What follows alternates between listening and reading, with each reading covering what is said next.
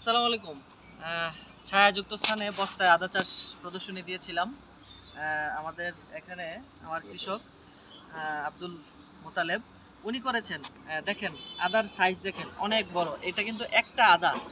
তো যারা বস্তায় আদা চাষ করেন তারা কিন্তু হতাশ হয় না।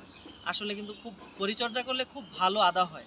আর এখানে মাত্র ২ টা বা ৩ টা বস্তার আদা পেয়েছি। আর এটা খুবই চমৎকার। আর আদা লাগানোর সময় হচ্ছে মার্চ মাসে।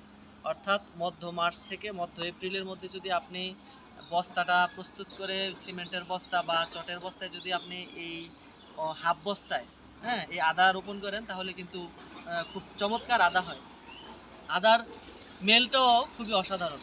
কারণ এটা একটা স্থানীয় জাতের আদা।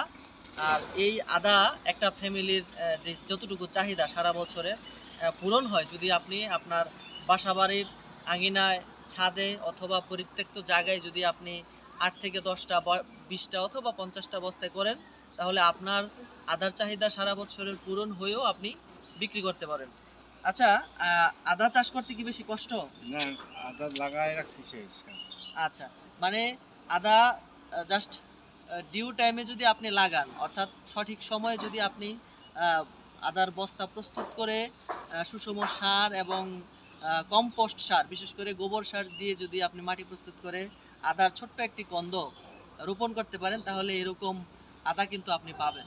তো আজকে হারভেস্ট হইলো। আ খুবই চমৎকার লাগছে। তবে আরেকটু ভালো হইতো যদি আরেকটু পানিটা হ্যাঁ, পরিচর্যা পানি আরেকটু ব্যবহার ভালো হইতো।